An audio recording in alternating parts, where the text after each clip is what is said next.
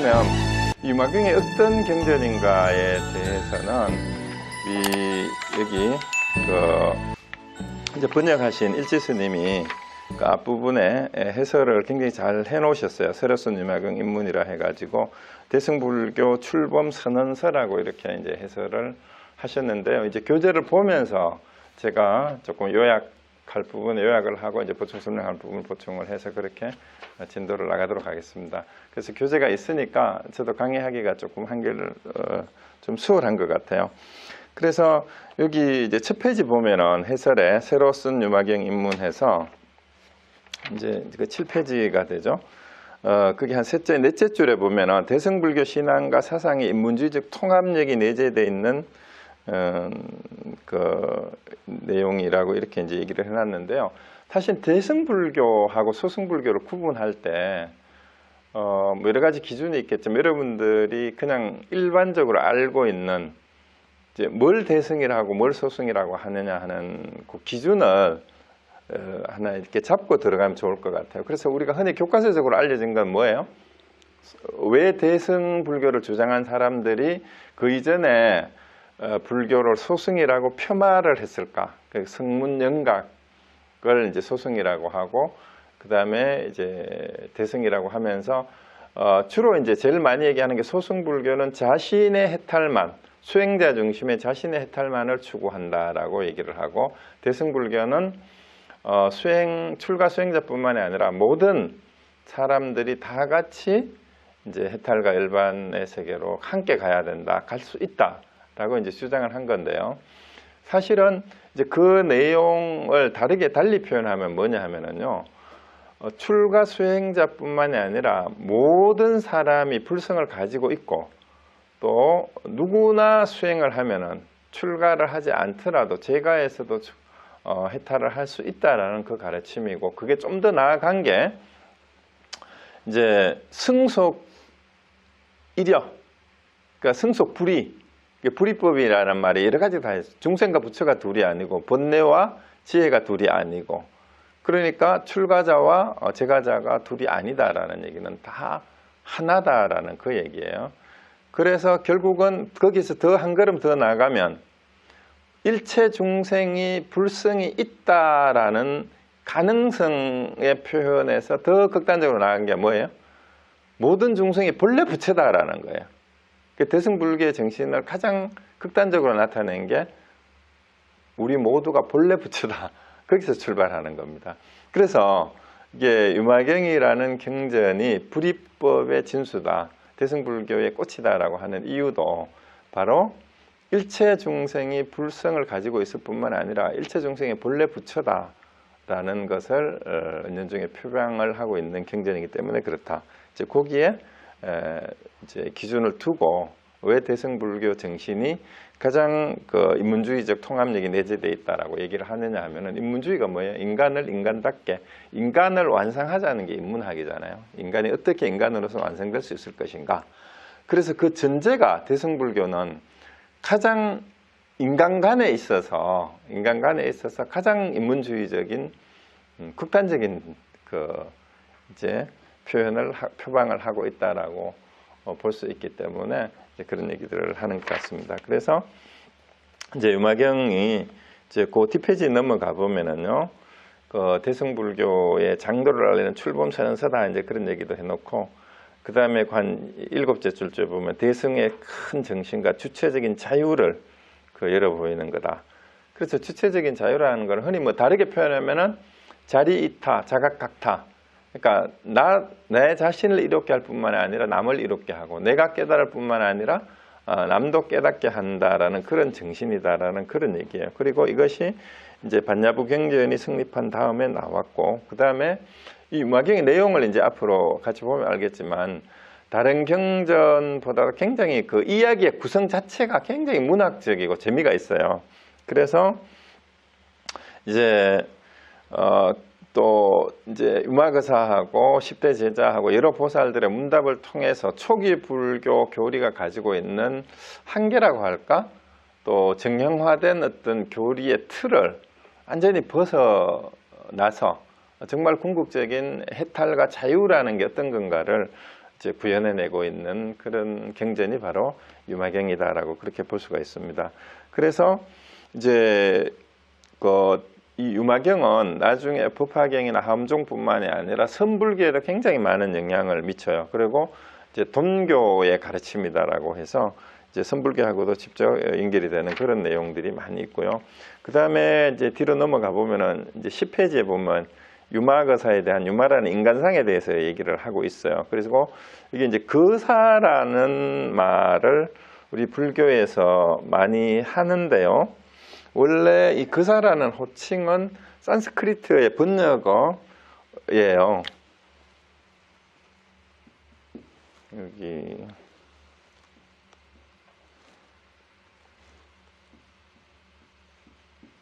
그라파티라는 말을 번역을 해서 거사라고 하는데 거사 혹은 장자라고도 번역을 해요. 이 직거자를 써서 이렇게 선비사자를 쓰기도 하고 장자 혹은 장로 이렇게도 번역을 했는데 이 장로라는 말도 사실은 요즘 기독교에서 장로교파가 있죠. 기독교 장로라는 말도 하는데 이런 말하고 같이 통용되는 말이고 원래 불교 용어예요. 장로라는 말도. 그리고 이 거사나 장자나 장로라는 말은 단순히 그 불교계의 지도자가 아니라 사회적으로 명망과 학식과 덕망과 심지어는 재산도 갖추고 있어야 돼요. 그 재산가예요. 왜 자산가가 돼야 되냐 하면은 현실 세계에서 현실적으로 그 고통받고 그 다음에 이제 가난해서 힘들어하는 중생들을 구제할 수 있는 현실적인 능력도 가진 재력가라야 돼요. 그래서 이제 기독교에서 장로도 뭐 이제 그게 좀 변질이 되긴 했지만 한국의 큰 교회는 뭐 1억을 내야 몇 억을 내야 장로가 된다라고 얘기를 하는 것도 그게 이제 나쁘게 볼 것이 아니라 그 정도의 재산을 재력을 가진 사람들이 경제적으로 어려운 사람들을 구제할 수 있는 정도의 그 능력을 갖춘 사람을 얘기를 해요. 근데 그것만 돈만 있다고 되는 게 아니라 덕망과 인품과 사회적인 지도력을 함께 갖춘 사람을 장자라고 하고 장로라고 하고 그런 사람을 거사라고 하는데 이제 거사라고 했을 때는 이제 흔히 이제 그 출가 수행자는 출가자라고 그러는데 이거하고 반대되는 말로 이제 제가라는 말을 써서 출가 수행자가 아니라 제가에 있지만 충분히 이 지도적인 인격을 갖추고 또 현실적인 사회적인 능력도 갖춘 그런 사람을 거사다라고 이렇게 얘기를 합니다. 그리고 우리나라에서는 이제 일반적으로 남자 불교 제가 신도 가운데 같이 수행과 공부를 열심히 하는 분들에게 이제 거사라는 호칭을 다 붙입니다. 그래서 남자 신도 가운데 신행을 신실히 하고 공부를 열심히 하는 분들한테 거사님이라는 호칭이 이제 가장 좋은 호칭이에요. 이제 불자들 사이에서는.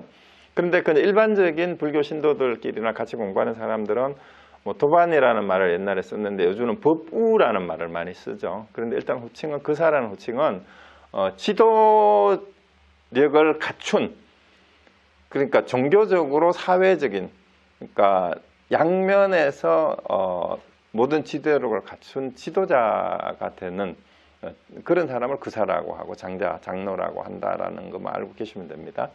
그런데 이제 한국 불교에서 여성 불자들에게는 이제 보살님이라는 호칭으로 이제 이렇게 했는데 그 유래가 어디서 비롯했는지 잘 몰라요. 유독 한국 불교에서만 여자 신도들에게 보살이라는 호칭을 씁니다.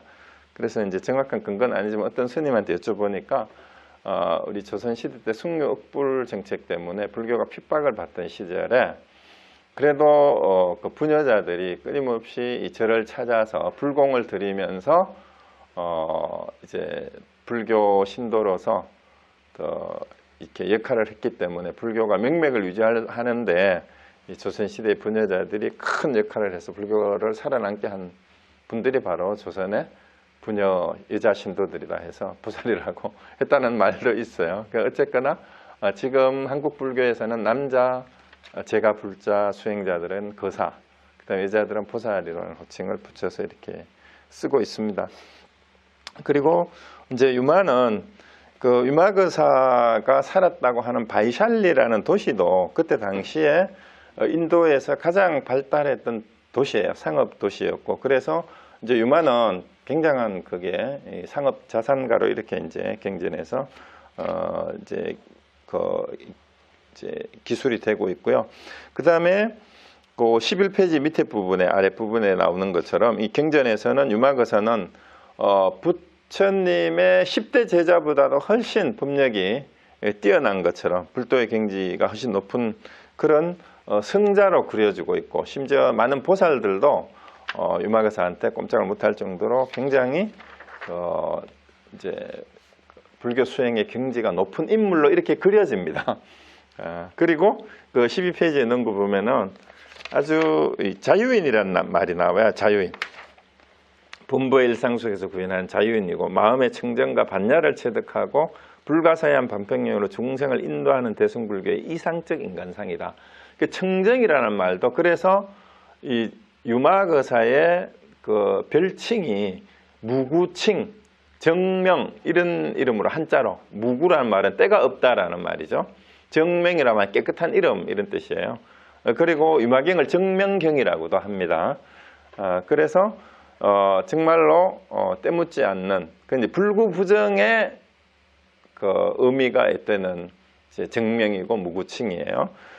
그리고 반야의 공도리를 체득한 그런 사람으로서 대승불교의 가장 이상적인 인간상으로 그려져 있는 게 바로 이제 유마라는 인간이다라는 그 얘기예요. 그리고 그 중요한 게 12페이지에 거기 셋째 줄에 있어요.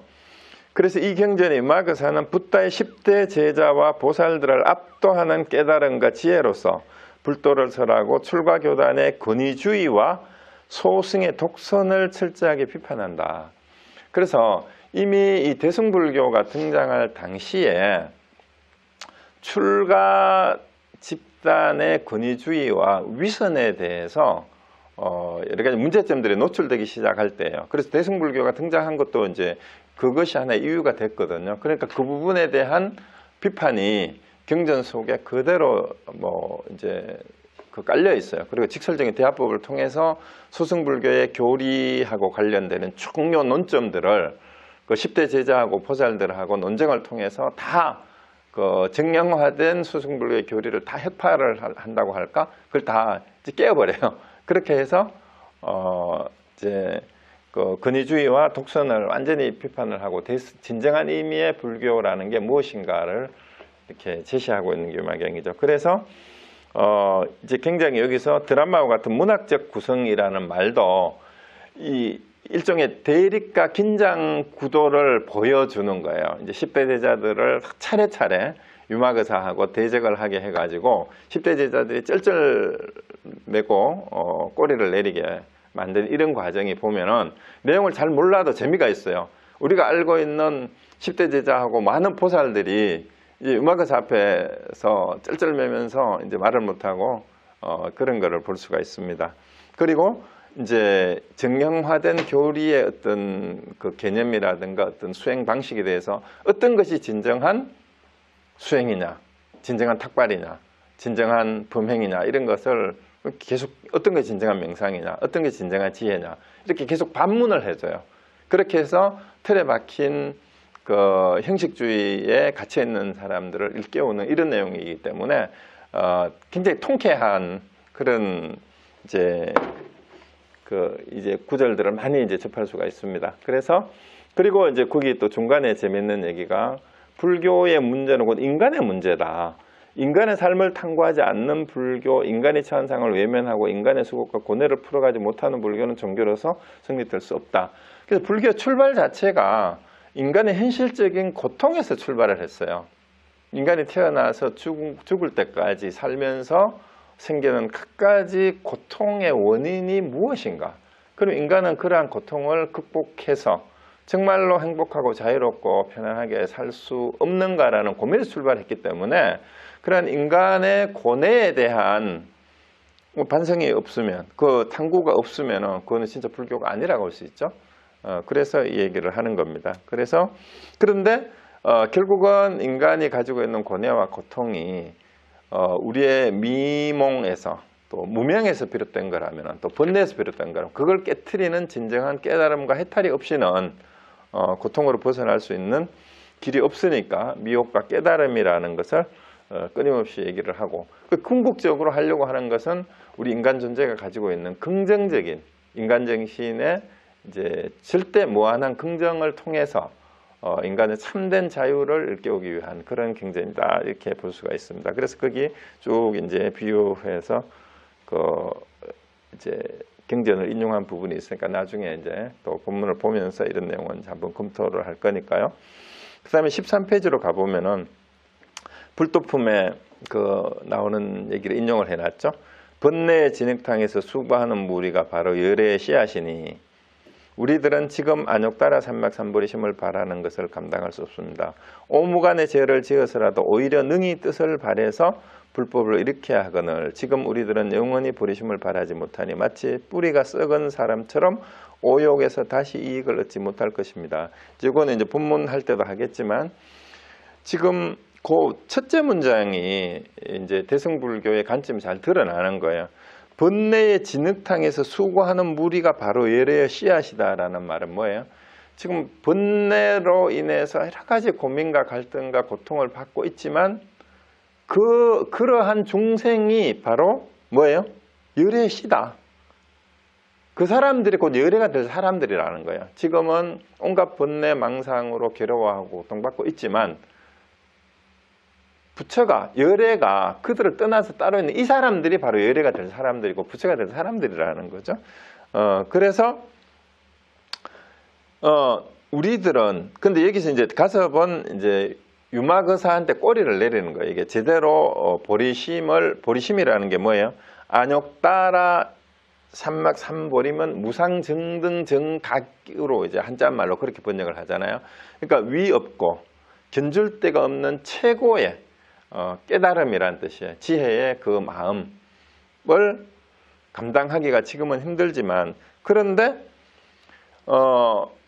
그 마음을 내는 데에는 오무간죄를 짓더라도 그 보리심을 발해야 되는데 지금 그걸 제대로 못하고 있다라는 그 얘기예요. 그래서 이제 보리심을 제대로 못 내기 때문에 제대로 수행을 못하고 있다라는 그 말을 하는 거예요. 근데 여기서 하는 얘기가 곧 오무간죄를 짓더라도 보리심을 발해야 된다라는 이 말이 굉장히 역설이잖아요. 오무간죄라는 건 혹시 들어보셨어요? 아비지옥이라는 말은 들어봤죠? 아비지옥 혹은 아비규환이라는 말 들어보셨어요? 이 지옥의 이름이에요. 아비지옥이 따로 있고 규환지옥이 따로 있어요. 그래서 아비규환이라는 말은 이제 원래 아비치라는 이제 무관이라는 뜻인데 제가 이거 자료를 가지고 쉐어를 잠깐 할게요. 스크린 보입니까? 네. 여기 오무간죄, 오무간지옥이라는 말이 5가지 지옥이라는 뜻이 아니고요. 5가지의 그침이 없는 지옥이라는 뜻이에요. 그냥 하나의 지옥이에요. 아비지옥은. 규환지옥이라는 건 또 따로 있어요. 그 아비치를 아비라고 이렇게 한자로 번역을 했는데 이제 오역죄를 지으면 가는 가장 고통이 심한 지옥이 바로 무간지옥이에요. 그러니까 오자를 빼고 그냥 무간지옥이라고도 합니다. 무간이라는 말이고 한자였지만 간단 없는 그런 뜻이잖아요. 쉬지 않고 이 말이 쉬지 않고 우리가 그 유머 시리즈에 보면은 지옥에 갔는 사람들이 지옥에도 휴식 시간이 있다 그러잖아요, 그죠? 그래서 뭐 이제 지옥에 금방 간 사람한테 그 이제 똥통에 든 사람하고 꿀통에 든 사람이 쉬고 있는 사이인데 이제 너 어느 통에 들어갈래 하려니까 나는 꿀통에 들어가겠다고 하니까 들어가지 말자 휴식 끝하고 이제 벌이 뭐예요? 상대방을 핥아라 그런 거였잖아. 그랬는데 이제 이 무간지옥이란 말은 휴식 시간도 없는 잠시도 쉬지 않는 끊임없는 행벌이 계속되는 지옥 이런 뜻이에요. 그러니까 뭐가 계속되느냐? 5가지가 계속된다라는 거예요. 그러니까 취가 무간, 수고 무간, 그 다음에 시 무간, 명 무간, 형 무간이에요. 이 5가지의 가 끊이지 않는 지옥이라는 뜻입니다. 그 제업의 가보를 받는 즉시 무간지옥에 떨어지는 게 이게 이제 죄업이 쌓인 것의 결과하고 그 다음에 과보를 받는 게 사이가 없다는 거예요. 바로 그때부터 지옥이 시작된다라는 그 얘기예요. 그렇게 시작해서 고통이 수고무관, 고통을 받는 것이 잠시도 쉬지 않는다라는 그 얘기고, 시무관도 시간도 끝이 없대요. 명무관도 뭐예요? 그 수명이 죽었다 살아나는 것이 없고요. 죽지도 못해. 죽지도 못하고 계속 벌을 받는 거예요. 시간도 끝이 없어. 형무관은 넓이도 끝이 없어가지고 지옥에 그냥 한 사람이 들어가든 뭐 아무리 많은 사람 들어가든 꽉 차가지고 빈틈이 없을 정도로 그렇게 꽉 차 있다라는 이런 얘기인데요. 명무관 하면은 이 서양의 그리스 신화에도 끊임없이 죽지도 못하고 형벌 받은 사람이 있죠. 누구예요? 시지프스인가 그렇죠. 시지프스죠. 시지프스가 이제 그 제우스 신의 노여움을 사가지고 형벌을 받는데 그 큰 바위를 계속해서 산 꼭대기로 밀어 올리는 그런 형벌을 받잖아요. 근데 그런 형벌을 받는데 꼭대기까지 바위를 밀고 올라가면은 그게 또 굴러 떨어져요. 그러면 내려가가지고 또 계속 밀어 올려야 되는데 이게 죽지도 못해요. 시지프스는 신이기 때문에. 그런데 그 형벌을 계속 받아야 되는 겁니다. 계속 받아야 돼요.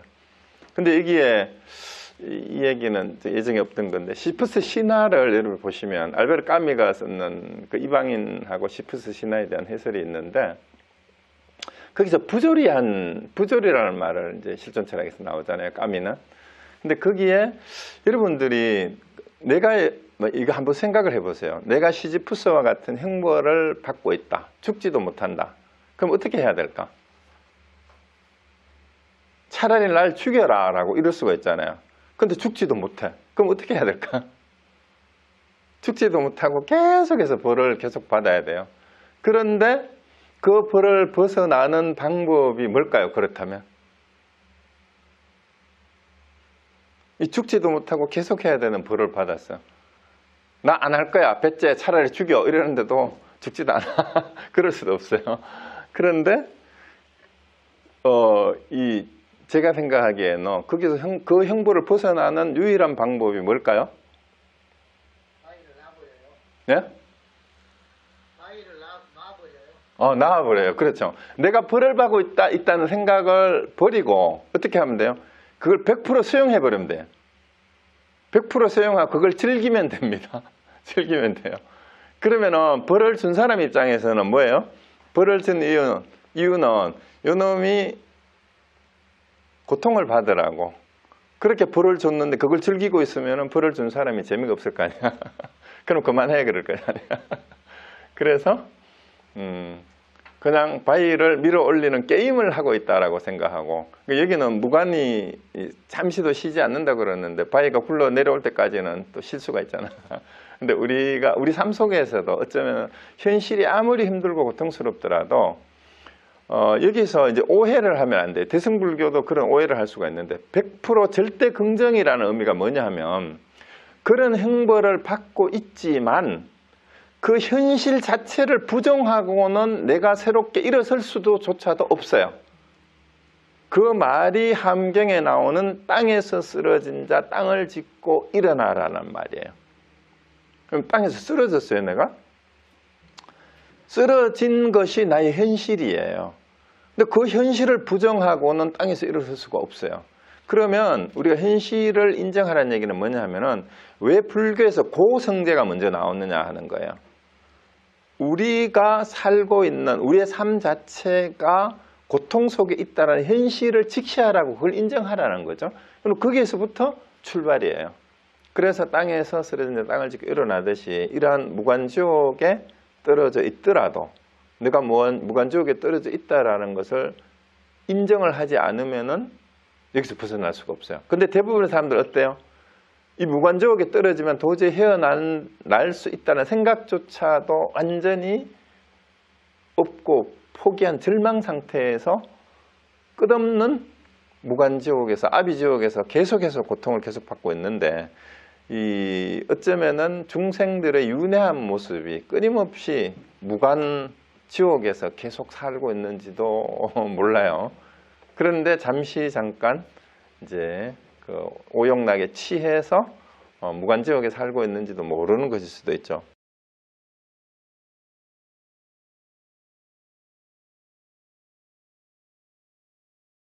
그 다음에 이제 또 근데 오역제라고 하는 거는 이제 소승하고 요거는 그냥 참고로 보세요.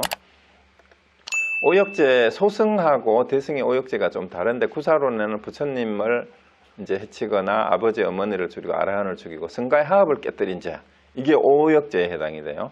근데 대승은 좀 다릅니다. 대승은 이제 요 대살찬이 근자 소설경이라는데 이제 사찰을 파괴하거나 불태우거나 경전이나 불상을 불태우거나 산보의 재물을 빼앗는 거, 또 그걸 남에게 시켜도 이게 오역제가 하나가 되고, 그 다음에 성문영각의 소승법이나 대승의 법을 비방하는 자, 여기 요거를 잘 주목하셔야 돼요. 대승에서도 소승이라고 표말을 하면서도 소승법을 비방을 하지 마라 그래요. 그게 오역제 가운데 하나예요. 근데 이걸 이해를 하셔야 됩니다. 그래서 대승이라고 해서 소승이 틀렸다라는 얘기가 아니에요. 틀린 게 아니라 거기에서 대승으로 나아가지 못한 부분인데 소승의 성문영각의 가르침도 부처님의 가르침이에요. 그러니까 이걸 비방하면 안 된다라는 얘기고요. 그 다음에 출가 수행자가 불법을 닦는 것을 방해하거나 죽이는 자. 자, 출가 수행자가 불법을 닦는 걸 방해하는 게 뭐가 해야 되냐면 신도들이 스님들을 타락하게 만드는 게 여기 다 해당이 돼요. 그래서 수행자들의 수행을 방해하는 모든 짓이 다 오역제에 해당이 됩니다. 그래서 신도들이 우리 한국 불교가 특히 최대 정단인 조계종이 굉장히 지금 타락하고 부패하고 이제 완전히 그 생명이 끝났다라고 얘기를 하지만 우리 신도들이 그 스님들을 그렇게 만든 게 아닌가 하는 것도 우리가 이제 한번 반성을 해야 됩니다. 그 다음에 이제 소승의 오역제 앞에서 얘기한 것 중에 하나라도 범하면은 또 그것도 오승에 들어가고, 그 다음에 다섯 번째는 선악의 가보가 없다고 비방하면서 그런 게 본래 없다. 후세를 들어하지 않고 남에게 그런 가르치는 거. 이것도 이게 왜 이런 얘기를 하는가 하면은요. 불구, 부정, 불생, 불면, 선도 없고 악도 없다. 불사선, 불사악. 선과 악이 본래 없다. 선악이 둘이 아니다. 이렇게 얘기할 수도 있거든요. 이렇게 잘못 얘기하게 되면은요, 선악의 가보가 없다는 게 돼요. 그래서 불교에서 말하는, 대승불교에서 말하는 불이법, 불사선, 불사악은 그런 의미가 아니라는 거예요. 그래서 이거 그냥 참고로 이제 말씀드리고요. 어쨌든, 오무간제를 지어서라도 이제 버리심을 발해야 된다라는 얘기가 그냥 역설이에요. 그래서 이 말은 무슨 얘기냐 하면은요, 거꾸로 얘기하면 뭐예요? 안욕따라 삼목 삼발의 심을 내는 것은 오무간제를 범하는 것보다도 이게 더 상위에 있다라는 얘기예요. 그게 더 중요하다라는 그런 얘기입니다. 그 얘기를 이렇게 역설적으로 하는 겁니다. 그 다음에 이제 음화경이 이제 구라마집바죠. 구라마집에서 음화경이 경전이 되고 나서 나중에 다르게 여러 가지 다른 판본이 번역이 된 게 있다. 그리고 지금 현존하는 산스크리트 원본이 완전한 그 원본이 없어요. 근데 이게 가짜는 아니라는 게 산스크리트 원본은 현재 전해지지는 않지만 인도 불교 논서에 유마경의 산스크리트 원문이 인용이 되고 있어요. 여러 군데에서. 그래서 유마경이 실존했던, 인도에서도 실존했던 경전이라는 것은 충분히 입증할 수가 있는데 원문이 지금 없습니다. 그래서 왜 없는지는 하여튼 제대로 이렇게 보존이 안 돼 있어요. 그리고 여러 가지 이제 경전이, 한역 경전이 있고, 거기는 쭉 넘어가 봅시다. 넘어가고, 그 다음에 유마근의 구성과 내용도 그 18페이지에부터 쭉 19페이지하고 넘어가면서 23페이지까지, 25페이지까지 이제 첫 번째 불국품부터 이제 14번째, 14장 총루품까지 간단한 요약이 되어 있는데요. 그것도 그냥 이제 본문을 하면서 이제 참고해서 여러분이 한번 읽어보시고, 그 다음에 이제 유마경이 이제 그 25페이지 밑에 거기 보면은요, 이상이 이렇게 해가지고 구라마섭역의 유마일 소설경 14품의 간략한 줄거리를 요약을 한 다음에 이제 그 불교 경전이 번역되는 과정에 대한 얘기를 그 밑에서 하고 있어요. 그래서 불교 경전은 진화하는 생명체와도 같다. 그리고 경전은 불교 운동가들의 전승에 의한 핵심적인 원령어가 작성되고 다시 문학적인 윤색이 되어지면서 철학적인 사유로 정리된 후 그 원령이 성립된다. 그래서 모든 종교의 경전이 이 형성되는 과정이 사실은 그래요. 불교뿐만이 아니고요. 기독교도 전승 과정을 거쳐서 후대에 이제 기록이 되고, 심지어 유교 경전도 일부 그래요. 도가 경전도 그렇고요. 그래서 원래 어느 특정 종교의 창시자들이 직접 그 진술을 했다고 하지만 모든 경전에는 그것이 후대로 내려오면서 윤색이 됐다라는 것은 뭐 기정사실이에요. 그렇기 때문에 이 윤색되는 과정에 일부 왜곡이 될 수도 있고 아니면 더 좋게 각색이 될 수도 있어요. 업데이트 될 수도 있고. 그래서 이런 부분이 있다라는 거를 이제 이해를 하시면 되고요. 그래서 대승불교 경전이 부처님의 불설이다 아니다라는 그런 논쟁 자체도 이제 이걸 통해서 이제 극복이 될 수가 있어요. 심지어는 초기 불교 경전이라고 암경조차도 부처님 직접 설한 내용을 그대로 기록한 건 아니잖아요. 후대에 구술되던 내용이 문자화되는 과정에서 대승불교보다는 덜하지만 거기도 윤색이 당연히 있었어요. 편집 과정에서. 그런 것. 그래서 불설이다 아니다 하는 건 사실 아무 의미가 없고요. 그 다음에 불교 정신에 비추어 볼 때 불교는 뭐예요? 깨달으면 누구나 부처다라고 얘기를 했잖아요. 그러면 후대의 불경을 편집한 사람들이, 윤색한 사람들이 이제 초기 불교의 부처님의 가르침을 계승해서 자기들의 깨달음을 그 시대에 맞게 윤색을 하고 구성을 해냈다면 그 사람들 역시 부처예요.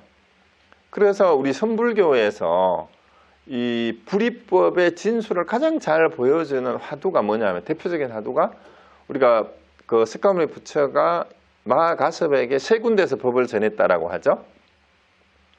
그 중에 하나가 잘 알려진 게 뭐 염화미소잖아요. 그 이제 영산회상에서 설법을 하는데 하늘에서 꽃비가 내리니까 부처님이 꽃을 한 송이 들어서 보였는데 가섭만이 미소를 지었다라는 그 내용이 염화미소고, 그 다음에 두 번째 알려진 게 뭐죠? 다자탑전 분반자라는 그런 내용이 있는데요. 이제 다자탑이라는 탑전 앞에서 부처님이 설법을 하시는데 이 투타행을 하러 늘 이제 걸식을 하고 돌아다니는 마하가섭이 그날 법회에 늦었어요. 그래서 대중들이 운집을 해가지고 빡빡하게 자리를 하고 있어서 빈자리가 없어요. 그러니까 부처님 자리를 나누어서 가섭에게 이리 와서 가섭이여 이리 오너라 해가 옆에 같이 앉혔다는 거예요. 부처님 자리에다가. 이게 분반자의 자리를 나누어 앉았다라는 건데 이 화두에 대해서 여러 가지 해설들이 있지만 절대 평등의 긍지를 드러나 보인 거다. 이 말이 뭐예요? 가섭을 부처님이 그 자리에 같이 앉았다는 얘기가 뭔 얘기예요? 우리 상식적으로. 그 부처님 자리예요, 거기가. 부처님 자리에 같이 앉았으니까 가섭이 뭐예요, 그건? 부처님 스스로가 부처로 인정해 준 거예요, 그냥.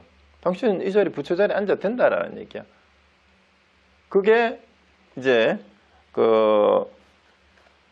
그러면은 가섭이 부처면 가섭에게로부터 또 법을 이어받은 아난과 그 이제 28대까지 와서 달마 이후에 해능대사, 그 다음에 그 법을 이어서 임재를 거쳐서 한국으로 그 법맥을 이은 분들도 결국 뭐예요? 그럼 다 부처라는 얘기예요. 그럼 대승불교의 경전을 기록한 사람들도 그들도 부처예요. 부처는 한 사람이 아니에요. 그러니까 대승불교 경전이 비불설이라는 얘기 자체는 별로 뭐 이제 형식적인 그런 이제 논쟁의 문헌학자들의 그리고 그 다음에 유마경의 주인공인 유마거사가 실존 인물이냐 아니냐 하는 것도 마찬가지 논리로 얘기할 수가 있어요. 실존 인물이냐 아니냐는 중요한 거 아니에요.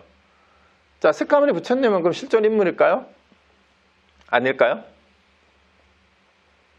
우리는 알 수 없어요. 그 2600년 전에 그런 사람이 있었다고 기록은 있는데 그 사람이 실존했다거나 유마거사는 실존하지 않았다거나 그게 지금 우리한테 경전을 공부하는데 무슨 도움이 될까요? 그게 사실이냐 아니냐가?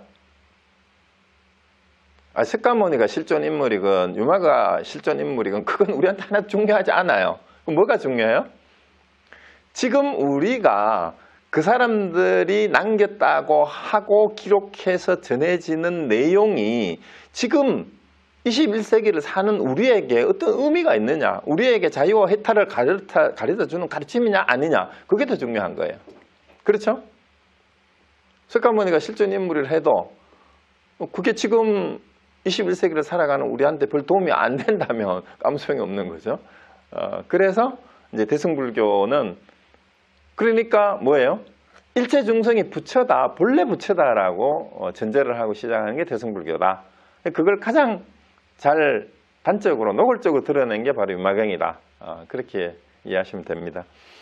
자, 그래서 이제 중국 불교하고 그 관련되는 얘기가 27페이지에 쭉 나와 있는데요. 네. 그리고 26페이지에 그 이분이 그 해설하는 분이 그 얘기를 해놨죠.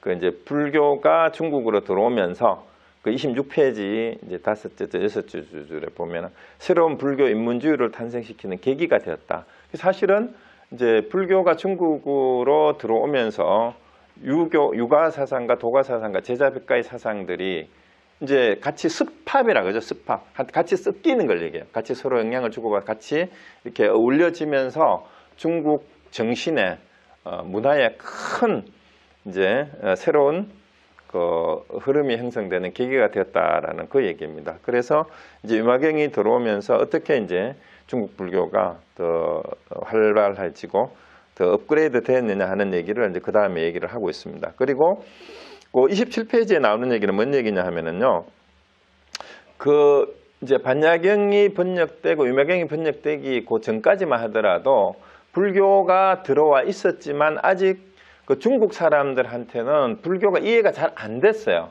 그 불교 이해가 잘 안 돼서 도가 사상을 바탕으로 불교를 이해하는 불교를 격이 불교라고 그래요. 격이 불교. 그러니까 다른 사상을 바탕으로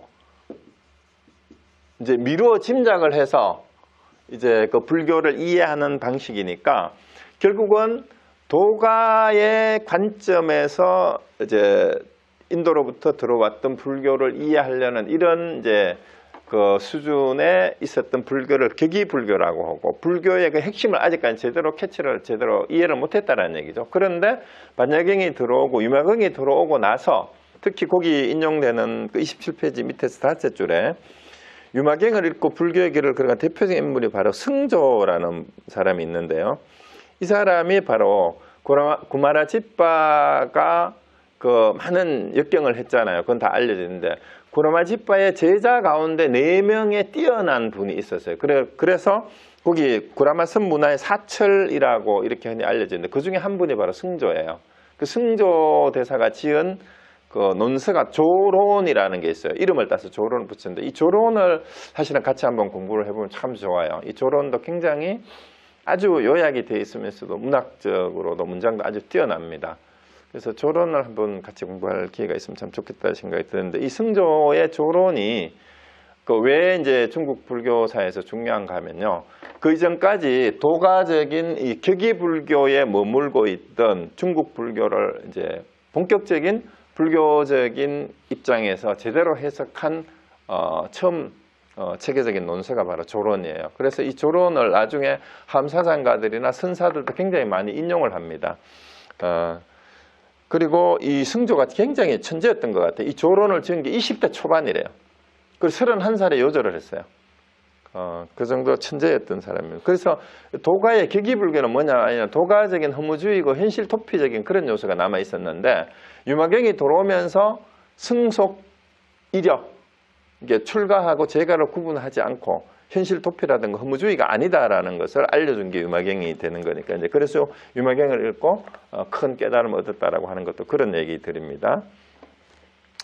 그 다음에 이제 유마경이 그래서 이제 많은 그 중국 불교에 영향을 미쳤고 선종에서도 많이 인용을 하고 있다라는 그런 얘기가 쭉 나옵니다. 그리고 이제 31페이지로 그냥 바로 가보겠습니다. 나머지 여러분 한번 읽어보십시오. 거기 보면은 그 31페이지 밑에 보면은 유마경을 통해 본 대승불교의 길찾기 이렇게 해가지고 이제 그 위마경은 대승불교의 그 중중무진한 프락시스의 전형을 보살행위라고 한다라는 요약인데 이 부분을 잘 이해를 하고 저도 이제 이 부분을 강조를 하고 싶어요. 사실은 프락시스가 라틴어로 프랙티스, 영어로는 그런데 실천이라는 뜻이죠. 프락시스. 이 프락시스는 단순한 실천이 아니고 이론이나 인식과 유리된 실천이 아니라 사고와 병행하는 행위라는 뜻이에요. 우리 생각이 결합된 행위, 그게 프락시스예요. 그래서 불교의 수행은 프락시스가 되어야 돼요. 그러니까 불교의 깨달음에 대한 인식, 진리에 대한 인식과 그것을 실천하는 행위가 하나로 결합된 것이 바로 프락시스라고 볼 수 있습니다. 그게 바로 보살행위다. 이렇게 이제 얘기를 하고 있다라는 것만 이해하시면 됩니다. 그리고 이제 그 다음 페이지도 보면 32페이지에 유마경에 대한 오해를 일부 하는 사람들이 있고 그 다음에 스님들 가운데 유마경을 싫어하는 사람이 있다 이런 얘기를 하는 사람도 있어요. 왜냐하면 제가 신도가 주인공이고 출가한 스님들이 제가 신도한테 꼼짝을 못하니까 이제 그렇게 얘기를 하는 사람들은 특히 그보다는 이론적으로 셋째 줄에 32쪽에 셋째 줄에 보면은 철저하게 방권이적이며 비도가 곧 불도다. 그 도가 아닌 것이 그것이 불도다라고 해서 역설을 통해서 주장을 하는 이유가 뭐냐 하면은 형식의 매인 이것이 진리다 도다 이게 불도다라고 얘기하는 틀을 다 깨버리는 거예요.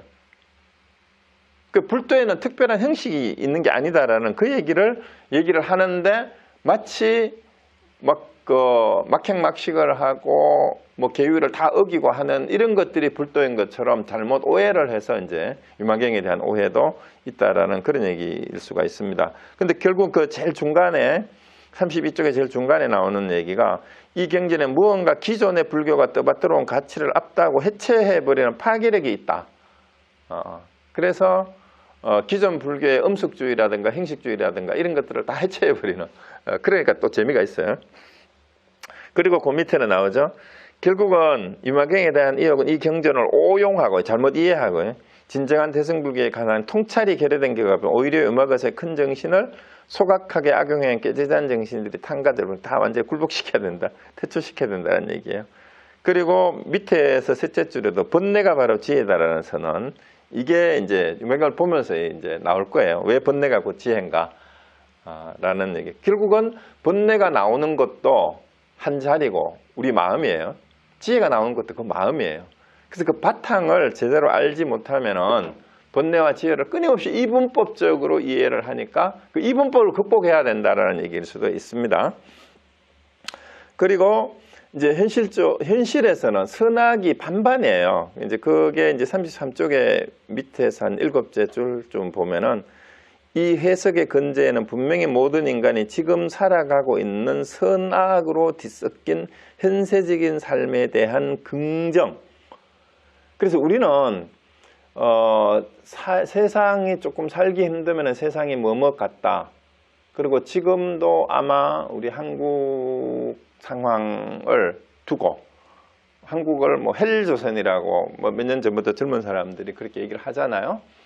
그 다음에 한국의 현재 이제 곧 대통령 선거가 한 달도 안 남았죠, 그죠? 그거를 두고도 각 진영을 이제 지지하는 측에서는 상대방을 비방하는 것도 마찬가지예요. 그런데 이런 상황에서 잘못 현세를 긍정하고 선악을 양쪽을 다 양비론이 아니라 양시론을 주장하거나 이렇게 되면은 굉장히 또 욕을 먹죠. 또 진영 논리에 또 익하게 있는 사람들한테는. 그래서 이게 자칫 잘못하면 이 유마경을 읽을 때도 그렇게 읽혀질 수가 있어요. 양시론인 것처럼. 근데 그게 아니라는 거예요. 그래서 우리가 정말로 최상의 궁극적인 무상정등 정각, 그러니까 안욕단의 삼복삼보리를 얻는 것을 목표로 한다면은 현실의 선악은 항상 상대적인 것일 뿐이에요. 상대적인 것일 뿐. 그래서 상대적일 뿐이기 때문에 현실의 양진영에 대해서는 양쪽 다 틀렸다라고 얘기하는 거나 양쪽 다 맞다고 하는 얘기나 똑같은 얘기예요. 이걸 이해하시면 돼요. 그러니까 예를 들어 대선판을 그대로 이제 가지고 오면 양쪽이 크게 두 진영이 나눠 가지고 서로 욕을 하고 이제 저쪽은 뭐 어째서 무능해서 안 되고 이쪽은 사기꾼이라서 안 되고 그러는데 그럼 둘 다 안 돼. 그런데 이걸 둘 다 똑같다라고 얘기하는 게 둘 다 괜찮다라고 얘기하는 거나 둘 다 안 된다라고 얘기하는 거나 그거는 상대적인 평가일 뿐이지 거기에 무슨 어떤 절대적인 의미가 있는 게 아니라는 얘기예요. 세상이 원래 그래요. 세상이 원래 그래. 세상이 원래 그렇다라는 얘기가 무슨 얘기예요? 상대적으로 좀 더 나은 후보와 좀 못한 후보는 항상 있겠죠. 그렇지만 그것이 궁극적인 진리를 가져다 주는 그런 건 아니라는 얘기예요. 현실은. 그러니까 그거를 인정하라는 얘기는 뭐냐 하면 그 사람들이 능력이 없다, 사기를 쳤다, 거짓말을 한다 이걸 인정하라는 얘기가 아니라 현세를 살고 있는 우리 중생들의 삶의 모습이 그럴 뿐이라는 걸 인정하라는 거예요. 그거 어떻게 하겠어요? 현실이 그런 걸. 그죠? 그래서 거기에서 그럼 뭘 해야 되냐? 거기에서 뭘 해야 되냐? 그걸 어떻게 우리가 이제 판단해야 되는 거죠? 그래서 현실에 대한 일단 있는 그대로의 그 밑에 그 얘기가 나와요. 지혜와 자비의 구현을 목표한다. 우리들은 붓다를 본받아 현세적인 생을 충실히 살아가지 않으면 안 된다. 근데 비록 성악과 애정이 뒤섞인 혼돈의 양극에서 미친 듯이 춤을 추는 것과 같은 것이라 하더라도 이 현실이 없으면 우리가 하루라도 거기서 우리 자신이 살아갈 수가 없어요. 그래서 현재 대선판을 정치판을 완전히 진절머리 난다라고 하고 말하고 헬조선이라고 말하는 그 사람도 지금 어떻게 하고 있어요? 그 조선에서 살고 있잖아. 그 조선에서 나는 밥을 먹고 공기를 마시고 물 마시고 있잖아. 그걸 부정할 수 없다라는 그 얘기예요. 그럼 거기서 어떻게 해야 되느냐는 이제 진짜 지혜롭게 해야 되죠. 지혜롭게. 그 다음에 34로 넘어가 보면은요, 이제 그거예요. 음악영은 결국은 그 한 10줄 보면 모든 사상의 정령, 사상의 규격, 이걸 넘어선 정신의 탐구에는 사실은 감노와 도약이라는 상반된 가치가 항상 있다. 그래서 음악영을 형식 논리적으로 그냥 읽다가 보면 굉장히 앰비밸런트한 그런 난관에 부딪힐 수 있다. 그게 앰비밸런트가 스펠링이 잘못됐어요. LENT 해야 되죠. 어쨌든 상반된 것이 같이 공존하고 있다라는 거예요. 상반된 것이 같이 공존하고 있다. 그래서 이제 갈등과 대립이라는 현실 문제가 같이 있는데 그 속에 지혜가 같이 있다라는 얘기예요. 그거를 볼 수 있어야 된다는 얘기예요. 그래서 진영 논리나 흑백 논리나 내노남불의 논리를 넘어서서 산은 산, 물은 물이라고 할 때 그 의미를 정확하게 캐치를 해야 돼요. 그런데 그걸 무시하고 산은 산, 물은 물이라 해가지고 현실하고 관계없이 현실을 그냥 긍정하는 그래서 엄혹한 이제 한때 그 승철 스님도 그랬잖아요. 그때 이제 전두환 독재 시절에 산은 산, 물은 물이라고 하니까 이제 저 토올 김용옥이 그 엄중한 정치적 상황에서 그런 소리나 귀신 씨알 까먹는 소리를 하고 있다라고 욕을 막 해버렸잖아. 근데 그게 아니에요. 그게 아니야. 그게 아니고 뭐냐 하면 곡불장직이라는 말이 있어요. 그러니까 굽은 것이 곧은 것, 바른 것을 감추지 아니하였다라는 이 의미를 제대로 알면 이제 산은 산, 물은 물의 의미와 이제 그 현실에서의 상반되는 그런 것들을 우리는 어떻게 꿰뚫고 봐야 되는가 하는 그게 있어야 되죠. 그래서 무조건 그 독재를 뭐 두둔하거나 찬양하거나 이러라는 얘기가 아니에요. 그 얘기는. 그래서 오히려 그 세속의 그런 기준을 넘어서라는 그런 얘기예요. 넘어서라는 얘기. 그렇다고 해서 이제 참혹한 현실을 그냥 두고 이제 현실 참여를 하지 말라는 그런 얘기도 아니에요. 현실 참여를 하되 정말로 세상의 지혜의 눈으로서 현실을 하루하루 살아갈 수 있어야 된다는 얘기를 역설적으로 하다가 보니까 말이 그렇게 나올 뿐입니다. 그 얘기는 뭐냐면 굉장히 오히려 그 엄혹한 남을 욕할 때 자기 자신을 끊임없이 돌아보라는 얘기예요. 그 제일 문제가 뭐냐 하면은요. 이제 세상을 바로잡는다라고 얘기하면서 자기를 돌아보지 못할 때 개혁이 어설프게 되고 거꾸로 뭐야? 거꾸로 되치기를 당해가지고 망해버린다라는 얘기예요. 그 저는 솔직히 그게 안타까운 게 이 현실적인 얘기를 하려고 그 문재인 정권에서 일부 인사들 중에 특히 그 누굽니까? 그 김상조하고 또 몇몇 사람 정말로 끊임없이 비판을 해댔으면서 자기도 똑같은 짓을 하다가 보니까 그 사람들의 개혁에 대한 말들이 힘이 없어져 버리잖아요. 그런 짓을 하지 말라는 얘기예요, 오히려. 네, 그래서 그 다음에 이제 그 35쪽에 보면 이 성불이라는 맨 밑에 쪽에 한번 보세요. 불교적 이상과 반야공이라는 가치들을 아프리어리한 것으로 미뤄버리지 않는 철저한 삶의 태도다라고 얘기했는데요. 이 부분 좀 논란이 있어요. 이게 뭔 말인지. 그리고 또한 붓다를 본받아 무상정등각을 증등한다는 이상적 신념, 서원이 설정되지 않으면 유마거사의 제가주의는 대승불교의 한 정점으로 정당화될 수 없다. 그래서 무상보리를 추구하는 마음, 보리심을 바란다는 것은 대승불교가 사상으로 성립될 수 있는 전제 조건이단데요.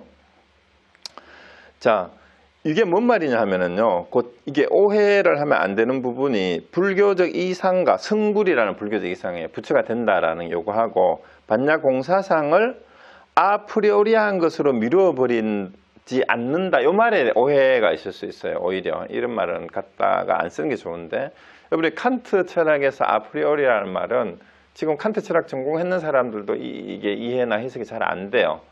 그래서 한국 칸트 학회에서 칸트 철학 전공한 사람들이 모여가지고요, 한국 철학회에서 아프리오리를 한국말로 어떻게 번역할 것인가 학회를 한 2번인가를 열었어요. 요 개념 문제 때문에. 그런데 우리말로 번역할 적당한 말이 없다. 그냥 쓰자 해가지고 번역을 안 하고 그냥 써요.